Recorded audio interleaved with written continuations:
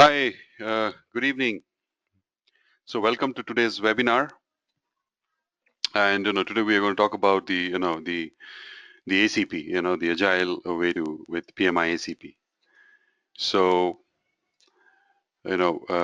let's get started. And so okay, so here we go. I hope you all can listen to me. Can I have a quick poll, please, whether you can hear me or not? It would be good to know if you can just let me know whether with a yes or no whether you can hear me or not. Otherwise, can you please let me know whether you can hear me or not? Okay, great. So, let's get started. And, today we are going to talk about, the PMI-ACP, how it helps you, with if you're already working with Agile or if you are interested in moving to Agile. So we're going to see that. I'm going to answer all your questions, and, if you have any questions, just keep asking me. So, just pop in your questions and, I'll answer them as I go along. Okay, so let's get started. Right. So here's my brief professional history. My name is Prithviraj Bose, and I have 18 years of experience in software development, and I worked for companies like Cisco, NDS, and Wiser Telecom. And I was one of the chief implementers of Tata Sky Airtel and many other digital broadcast solutions around the world. So if you have Tata Sky or Airtel, satellite connection at home, then that's a system which has been written by me. I was one of the implementers. And right now, I'm currently engaged in the area of consulting and training, mainly in the areas of agile software craftsmanship like TDD, ATDD, emerging design, refactoring. Then, and I also have a lot of interest in programming in Java, C++, and Python. I like software designs and REST API design. So here's my brief history, and I'm not going to spend too much of time on this. So you can go through it offline. And let me tell you that this session is recorded, so you will have access to the to this recorded session, which you can go through it later on. And also, this slide will be shared with you later on. So what I suggest is just sit back and listen to me, and if you have any questions, just keep popping them. Okay. Right. So what are we going to what are we going to learn today? Okay. So we are going to look into the Agile philosophy and principles. Just a brief recap on the Agile philosophy and principles. We are going to talk about the PMI-ACP, what is PMI-ACP, how the certification helps, what are the eligibility requirements for the exam, and how you go about doing the application process.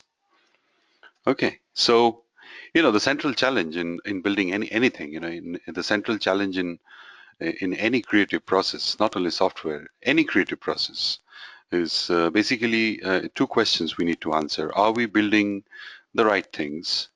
And are we building the things right? So the first question, are we building right things? Here it means whether we are building something which somebody really wants it. Are we building it for a market? Are we building it for a particular segment of customers? Are we building it for ourselves?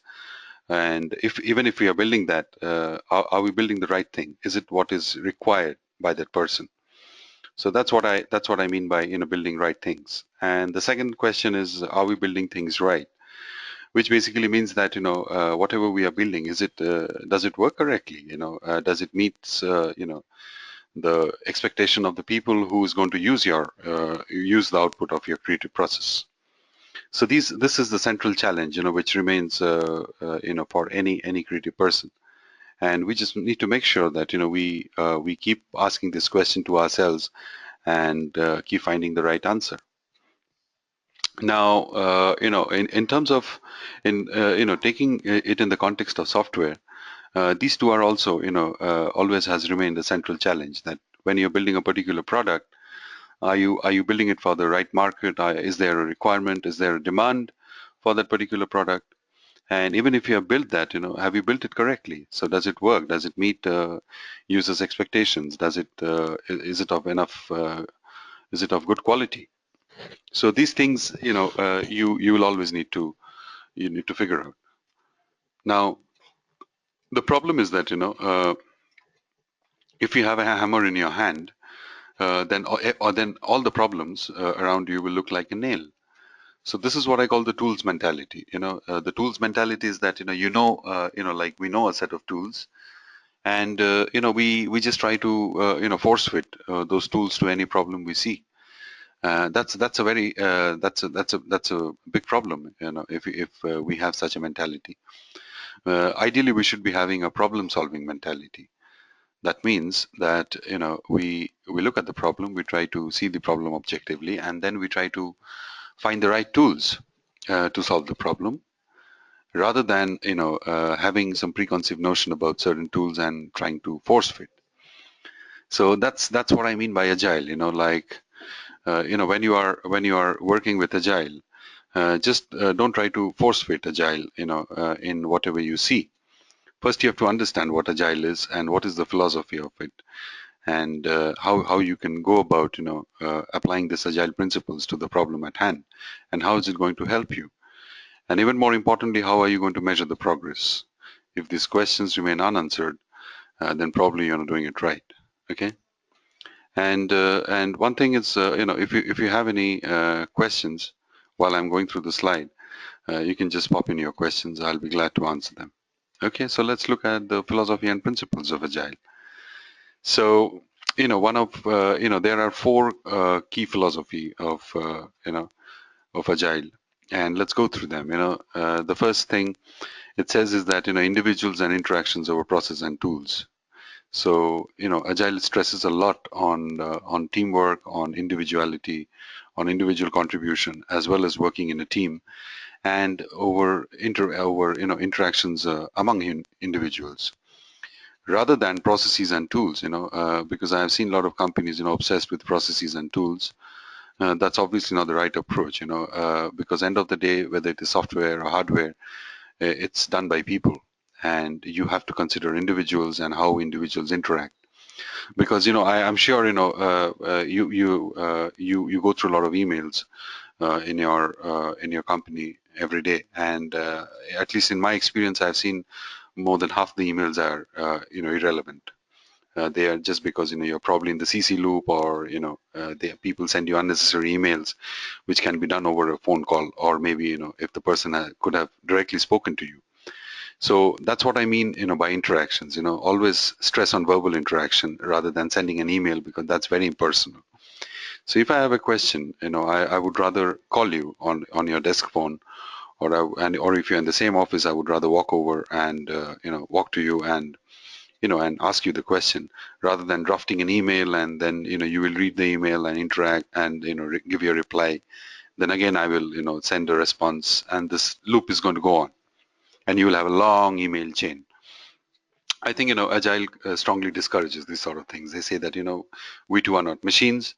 We are individuals with personality, and we should always stress on verbal interactions and face-to-face communication if possible, rather than getting obsessed with tools.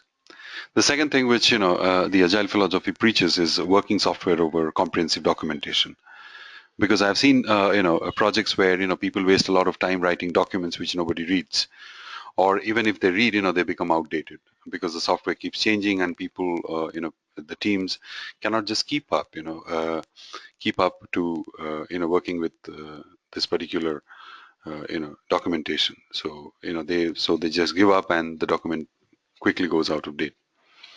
So the biggest documentation for any software is a working software. If you want to understand the software, just use the software. As simple as that.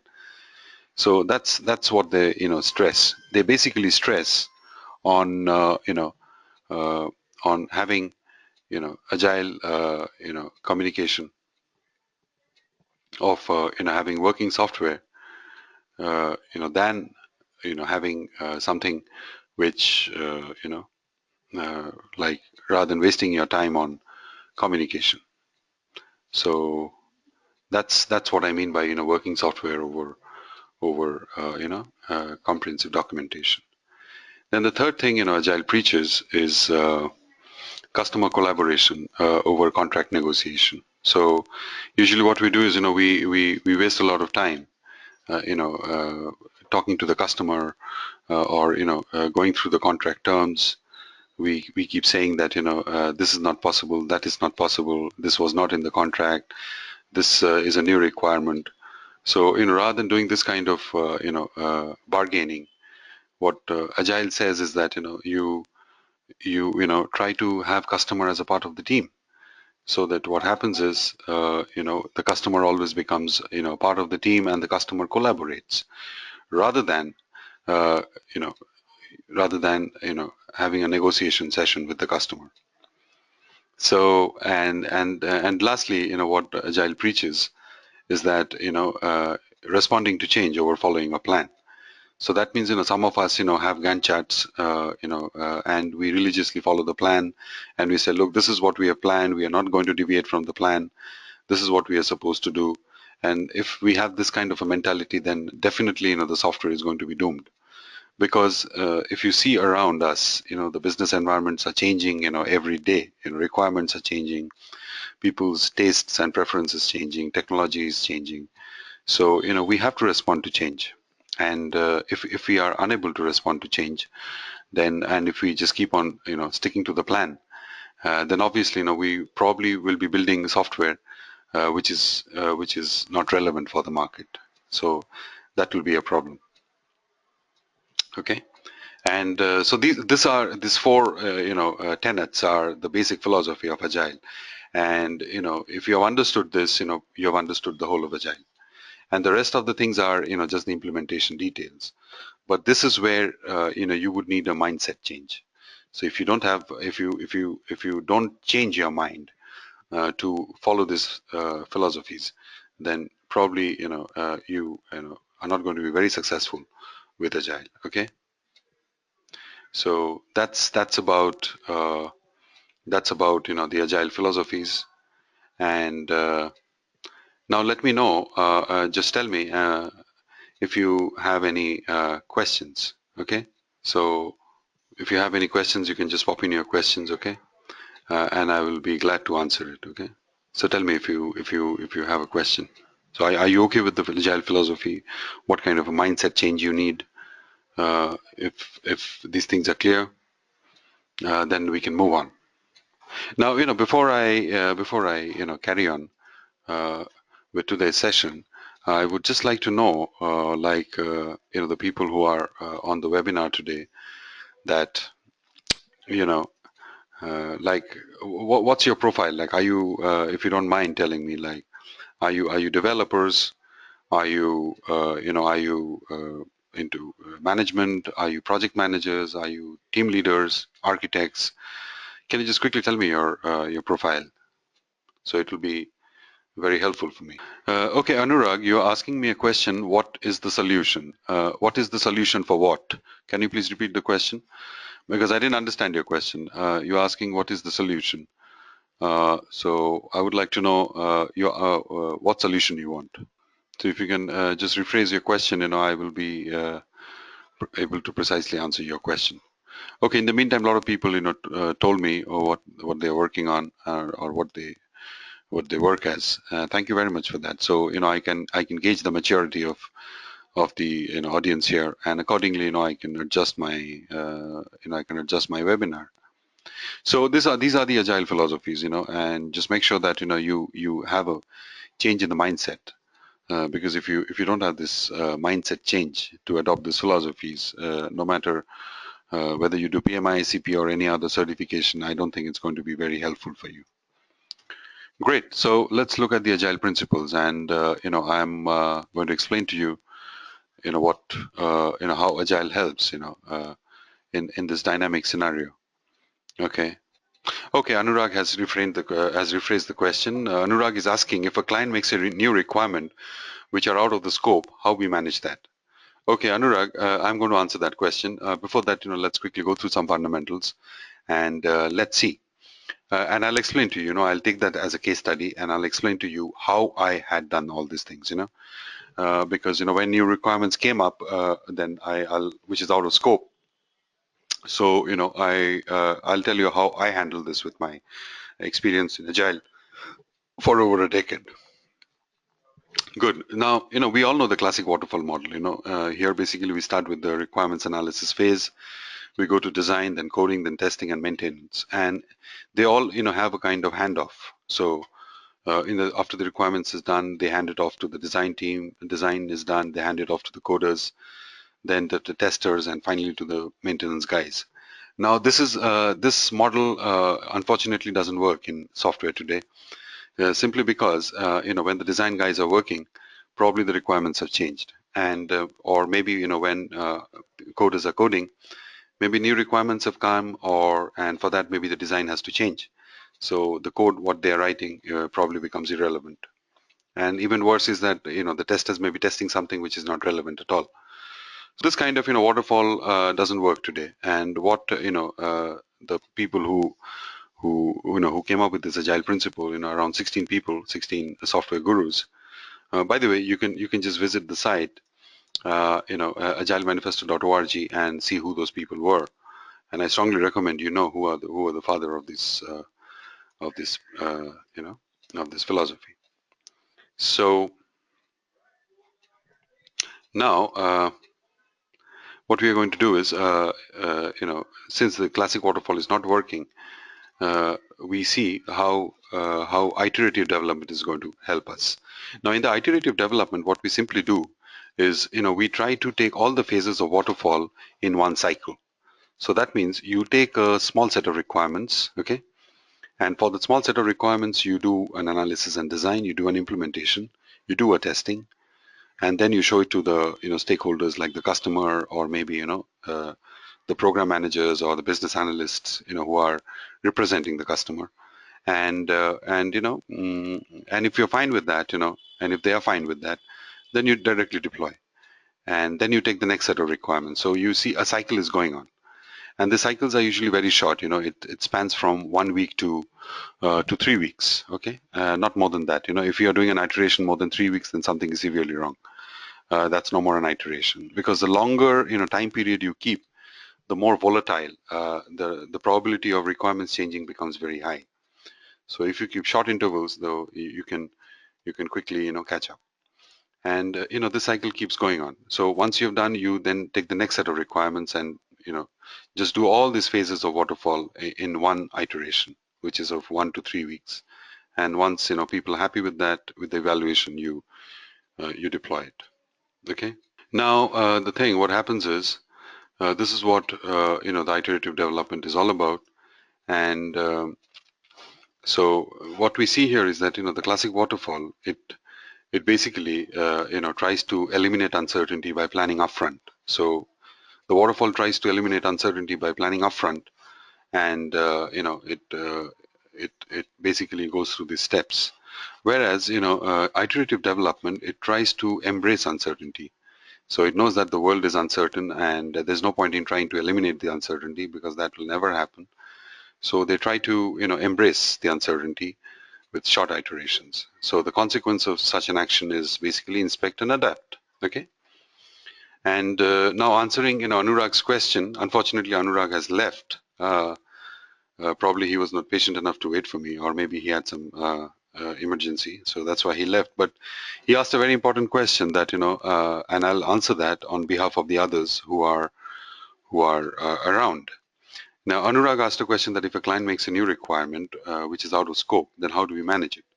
So say, for example, I am in this particular iteration and I'm doing this design or implementation, and then my client comes and gives me a new requirement. Now I'm going to ask my client, how important is this requirement?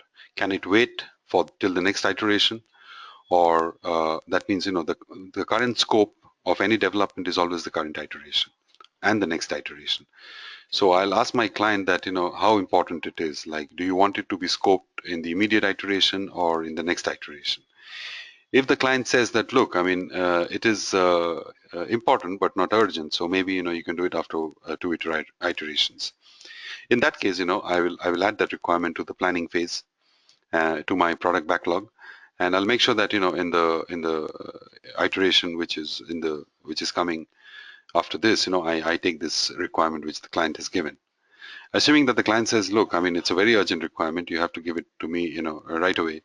Then I'm going to ask the client that, look, I can only give it to you, but provided you swap out some other requirements which is still not implemented in this iteration.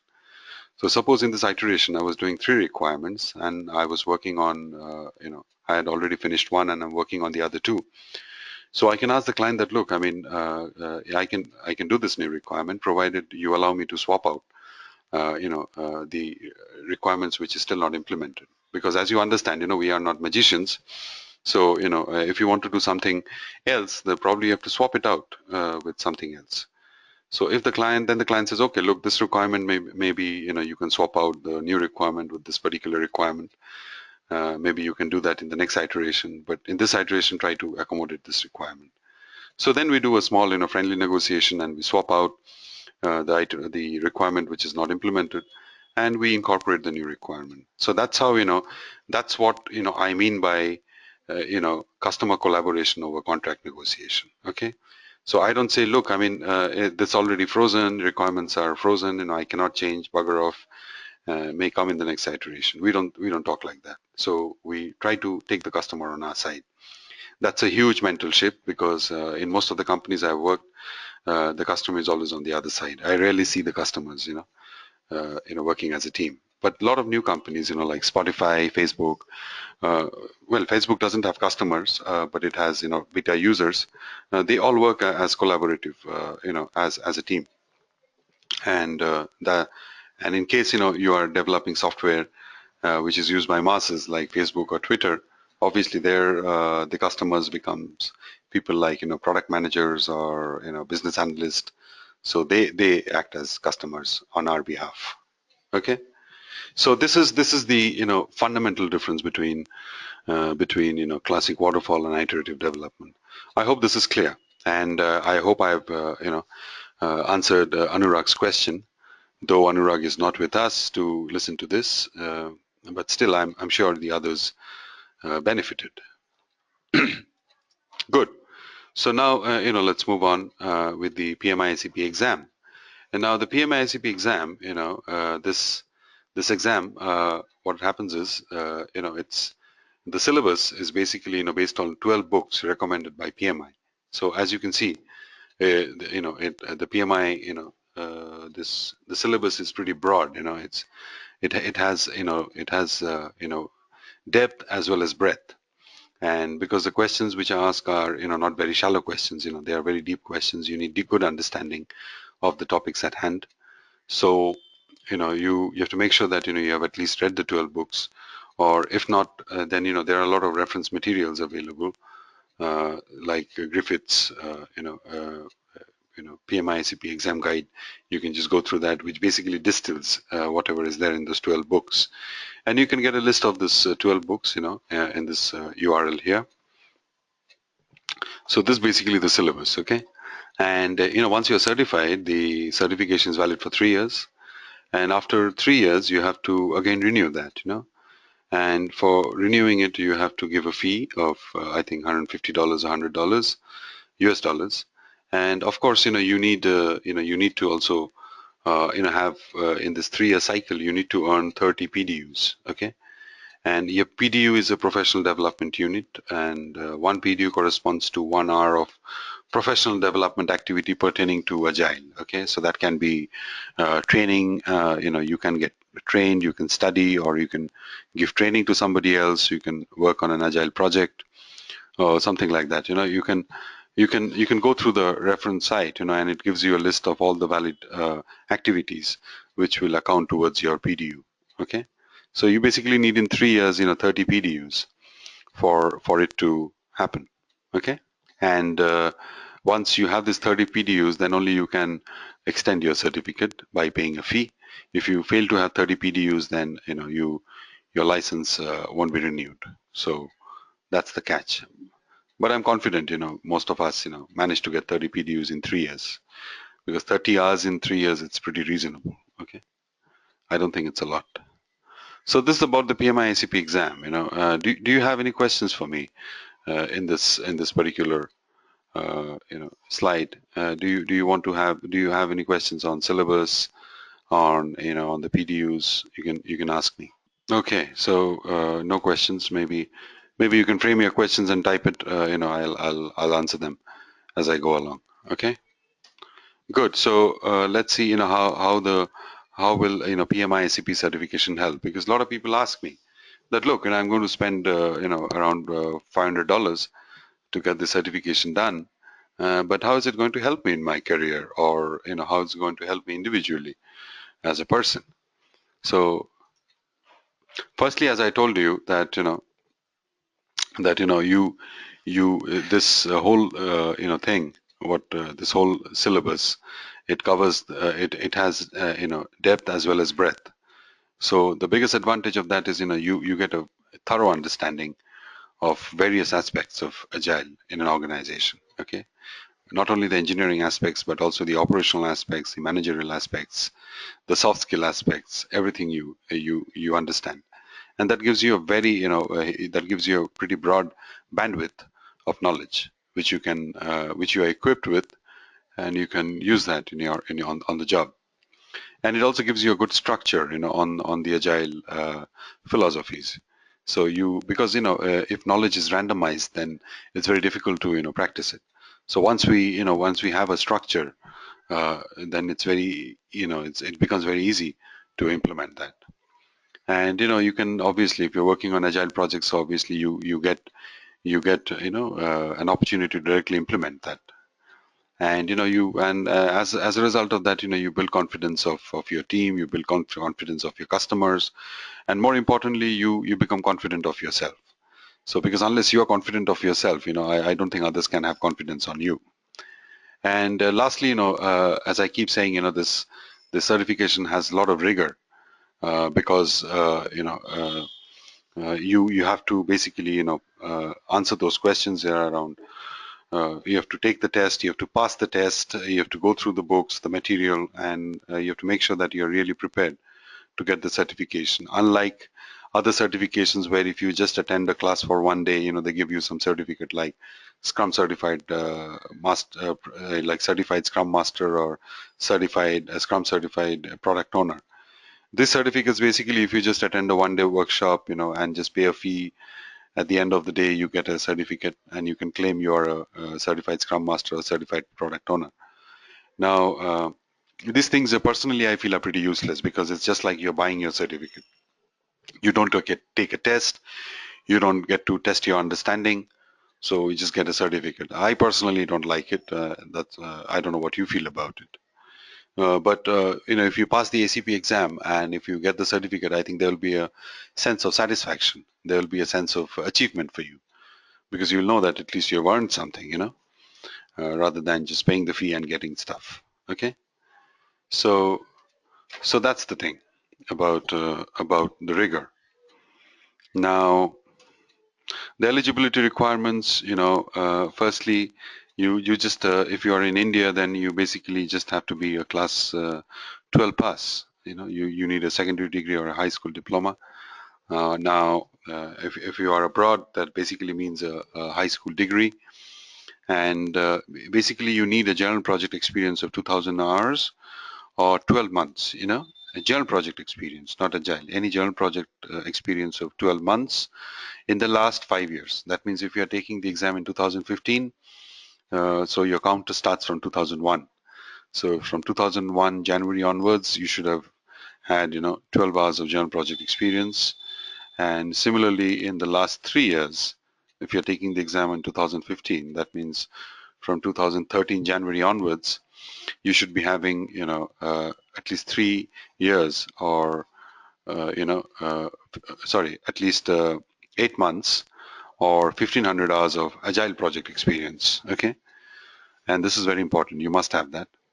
And this is in addition to the general project experience. Okay. So you should have general project experience of 2000 hours or 12 months plus agile project experience of 8 months or 1500 hours. And this general project experience should be earned in the last 5 years from the date of application. And the agile project experience should be earned, in the last 3 years from the date of application.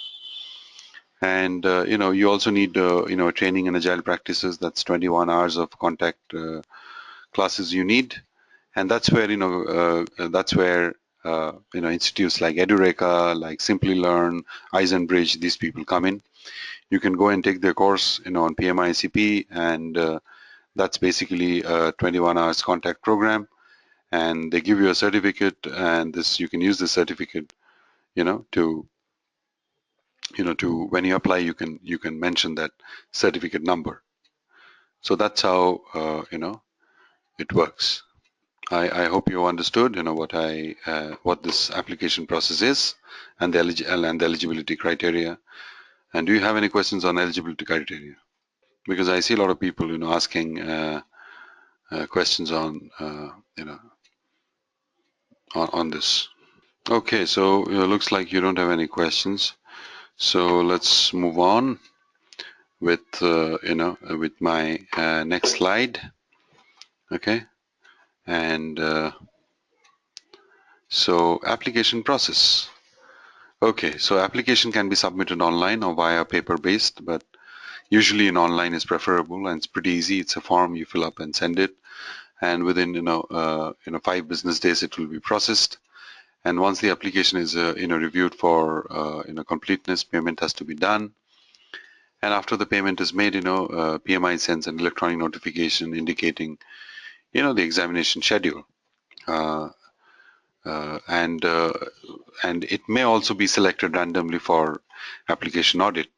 That means application audit basically means that whatever experiences you have mentioned here, agile and general project experience, you basically have to there is a form you have to fill up that particular form and get it signed by any person who has worked on the project, so that that person can vouch for you. So say for example you worked on a project where I was also a team member, so you have to get it signed by me, where I say that, look, yeah, he really worked on it, and he was a part of this project.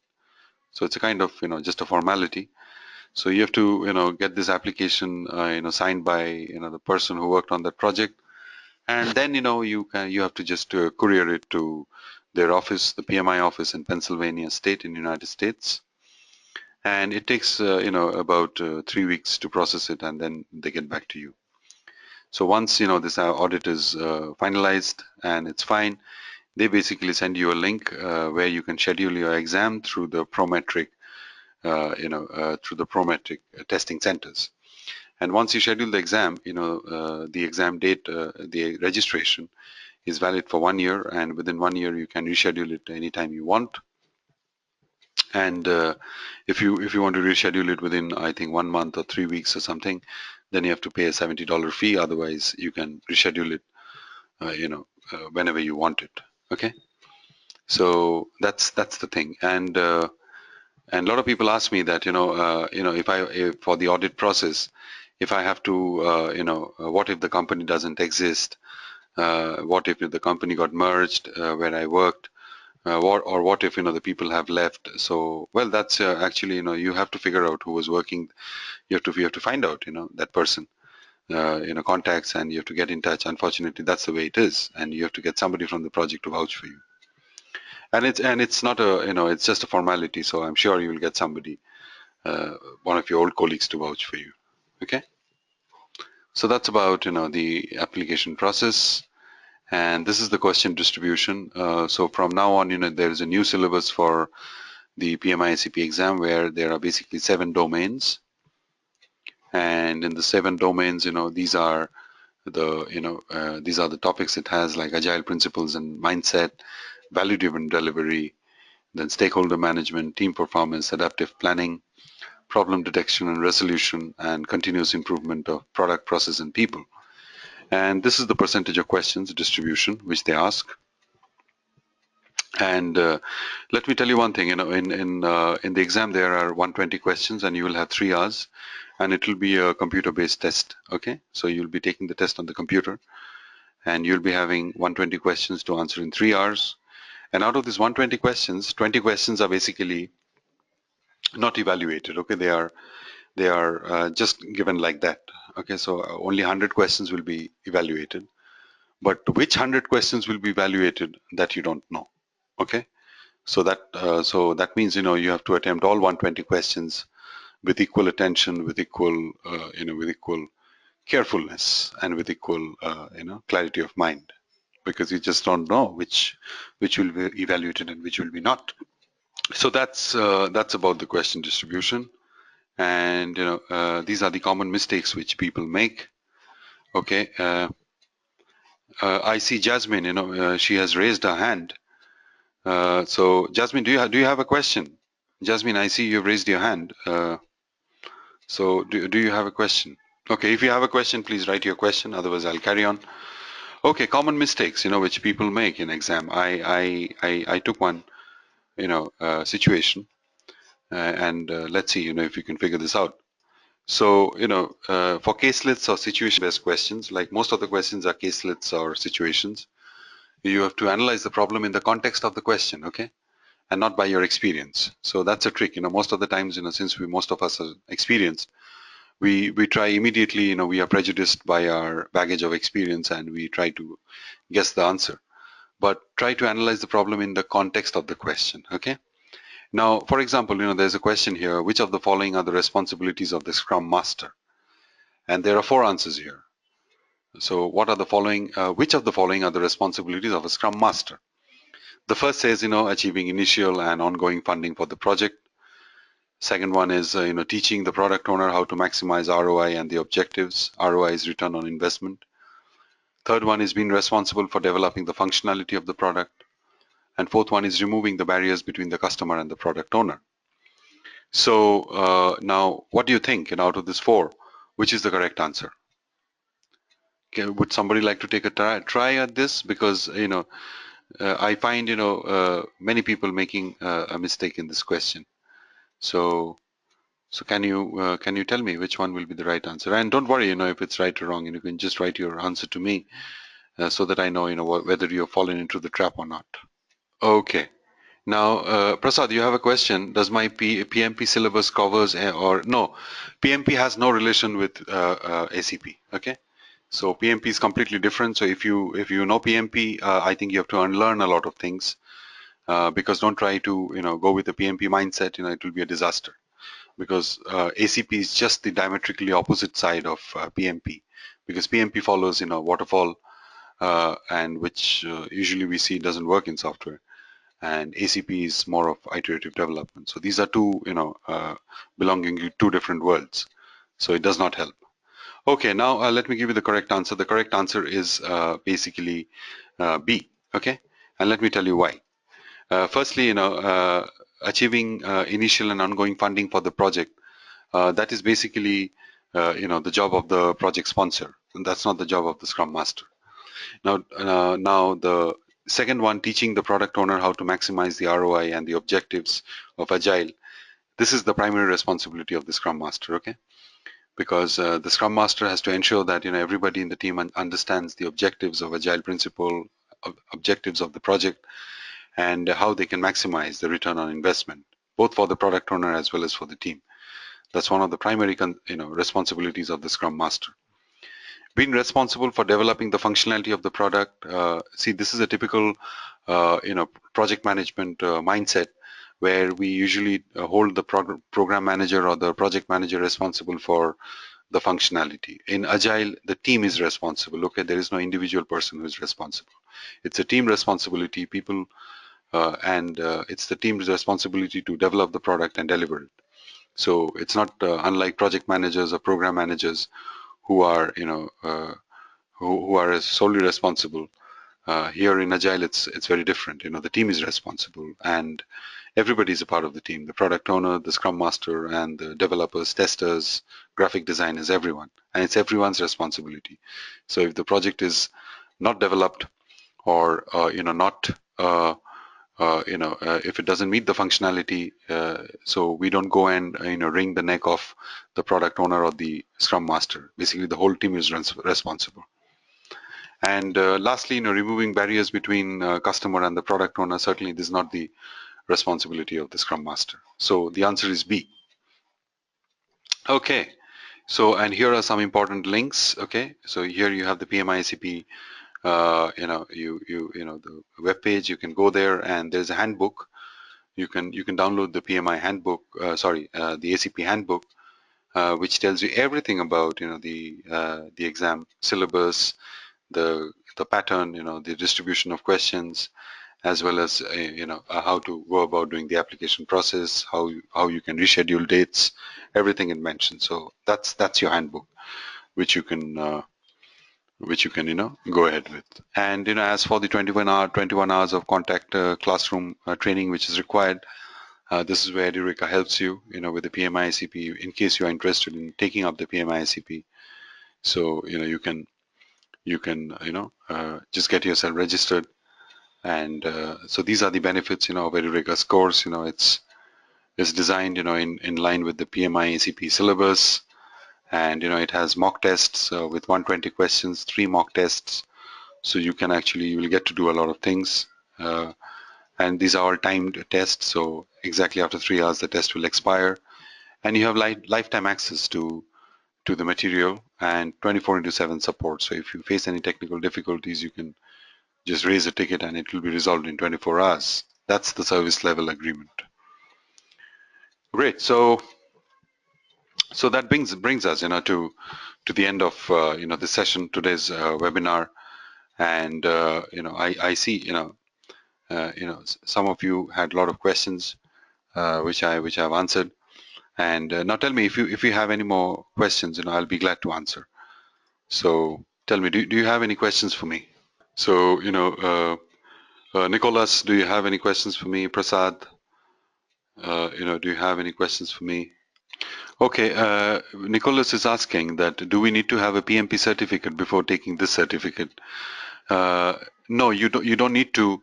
You don't need to have a PMP certificate, because Nicholas, as I was telling, Prasad, that PMP has nothing to do with ACP. Okay, PMP is for classic waterfall, whereas the ACP is for the iterative development. If you go to the slide here, so basically, if you are on the left side of the slide, then you are in the ACP world. Sorry, you are in the PMP world, and if you're on the right side, you're on the ACP world. So these two are completely, disjoint, and they have nothing to do with each other. And to do these things, you need to have different mindsets. So, well, a lot of job requirements ask for PMP as well. Honestly, I don't know, because, to tell you frankly, a lot of people have bizarre, requirements. I see a lot of companies, after 18 years in software development, I see, a lot of companies really have ridiculous job requirements. Say, for example, a lot of companies, just hire engineers. So I personally know people who are not engineers, and I mean, who are not from computer science, but they contribute to open source frameworks. But still, I don't think they will get into companies. I won't name the companies, because they have a strict rule that they prefer people who are engineers, BTechs, or people who are from good institutes. So unfortunately, that's the way the world is, and I cannot comment on that. It's just bad luck. You are applying for such a company. Okay, so okay, a lot of questions coming. Nicholas, I hope I've answered your question. Okay, Prasad, there's a question from you. Okay, you have so many years of experience in IT, and have worked as an Oracle administrator, and now working as a senior program manager. Now, what he wants to do is, as of now, I don't work on any agile methodology. So, does it still make sense to me? No, see, I'll tell you something. Firstly, if you're not working on any agile methodology, then probably you don't meet the eligibility requirements, because it needs 1,500 hours or 8 months of experience in agile projects. So I strongly recommend that you try to get into any agile project and gain the experience if you're really serious about PMI-ACP. And in terms of whether it helps or not, obviously it helps, Prasad, because if you look around any software company who are really doing well, they are following agile. I don't know any software company who's doing well and they are not following agile. I know companies who are doing miserable, and because they are not doing agile. Okay, because agile is it goes very well with our current business scenario. The way technologies and the way business scenarios change, iterative development suits best. And if people are still stuck to waterfall, people are still stuck with Gantt charts. I see a lot of companies, big companies, where there are people who are they just did not get along with time. They are still stuck in 10, 20 years ago what they learned. And unfortunately, such people are risks for organization. But unfortunately, uh, you know That's how it is. But if you're working in a company where they have agile, try to get into an agile project, get experience, and try to have a taste of agile. And I'm confident you love it. Okay. So see, DevOps, Prasad, DevOps, I won't say DevOps, has it's I won't say it's going to replace Agile. Prasad is asking whether DevOps is going to replace Agile. Well, I don't think it's going to replace Agile, because DevOps, it's about continuous delivery and continuous deployment. Okay, so it's like a flowing system rather than a discrete system. And there are I don't think every software has to follow DevOps. Even if it does continuous integration, it's not necessary you have to do continuous deployment. Like Facebook, Twitter, and a lot of other companies, I know, they do continuous deployment. But there are other software companies, where they don't need continuous deployment. It's not a business requirement. So for there, they can just do DevOps without the deployment, and for that they can continue doing Agile. So I don't think one kind of eats the other. It's basically how your business needs are, and accordingly you're going to just fine tune it. Okay, great. I'm glad I was able to answer your question. Okay, Nicholas, there's a question from you. Why is that many jobs specially ask for Scrum Master certification in the US instead of the PMI certification? It's basically a matter of marketing, I think, because Scrum Master certification, basically it can be from, the Agile Alliance. The Agile Alliance is basically, it's the organization formed by the people who formed this manifesto. So if you go to this manifesto website, I'll just show it to you. If you go to this website, you will see a list of all big names, here, who are basically the gurus of software development and methodologies, like Ken Beck, Eric Gama, then Mike Cohn, then Martin Fowler, these sort of people. And these are the names here. So they formed the Agile Alliance, and a certification from them means a lot. So that's why probably in the United States they prefer doing this. But again, having said that, PMI-ACP is kind of catching up, and I suggest that you check the local job market, because in India, I'm from India, so the PMI certification here kind of helps. But in your country, I'm assuming you're out of India, or maybe you want to migrate to the US, whatever is the situation. Just check the local job market, where because I'll tell you something. I have a lot of friends in Scandinavian countries, like Denmark, Norway, Sweden. I have a lot of friends there, who are developers, or now they're in Scandinavian countries, they care a damn on certificates. They don't care about certificates. So there, even if you are Scrum certified, or you're PMI certified, nobody cares. They only care about how much you know and whether you can do the job or not. So that's what I'm saying. It depends on the local job markets, because my friends who are in the Scandinavian countries, I none of them have any certifications, and they are agile gurus. Okay, so it depends on the job market, where you are looking for jobs, and it's very contextually relevant. Have I answered your question, Nicholas? Okay, great. So come on, keep popping the questions, and okay.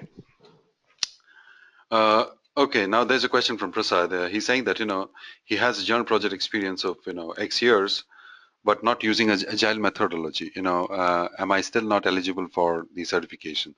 Well, Prasad, as it clearly says, to if you want to take the exam, this is mandatory. Okay, you need a journal project experience of 12 months in the last 5 years. Okay, so your X years of experience really doesn't matter.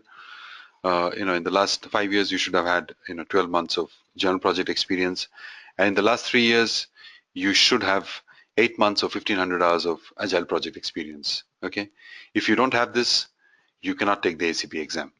As simple as that. Have I answered your question, Prasad? So that's why I said, Prasad, you in case you don't have agile project experience, try to get into a project who is using agile methodology. Okay. Well, even if you are, in admin background, Prasad, you can still associate yourself with the project, where they need a database or, network administration. That project is, following agile methodology, and whatever, work you did for the project, you can claim that as your experience. So say, for example, I'm a database admin, I look after all the databases in my company. And there is one team, which is following agile. And if I do some work for that particular team, you can count that in your agile experience. Okay. So that's a valid thing. You got it, Prasad.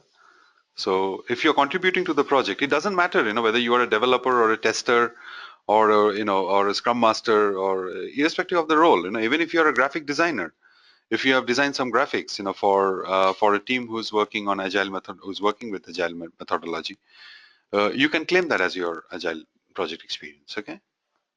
So it's not necessary you have to sit and write code, it can be any meaningful contribution to that project.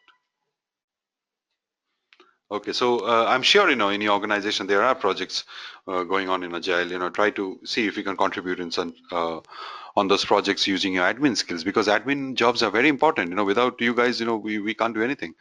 So if you do a database fine tuning, or if you set up databases, or if you are a network admin, if you set up networks, or local network hubs, for that project, you can claim that as your Agile experience. Why not? And I'm sure, if you just track your experience, I'm sure you may find that you may have accidentally, or maybe you don't know that, you have contributed to the Agile. So you just find out. Okay. So any more questions you have, Prasad? If you have any doubts, you can just ask me, and I'll be glad to answer it. Because we still have time.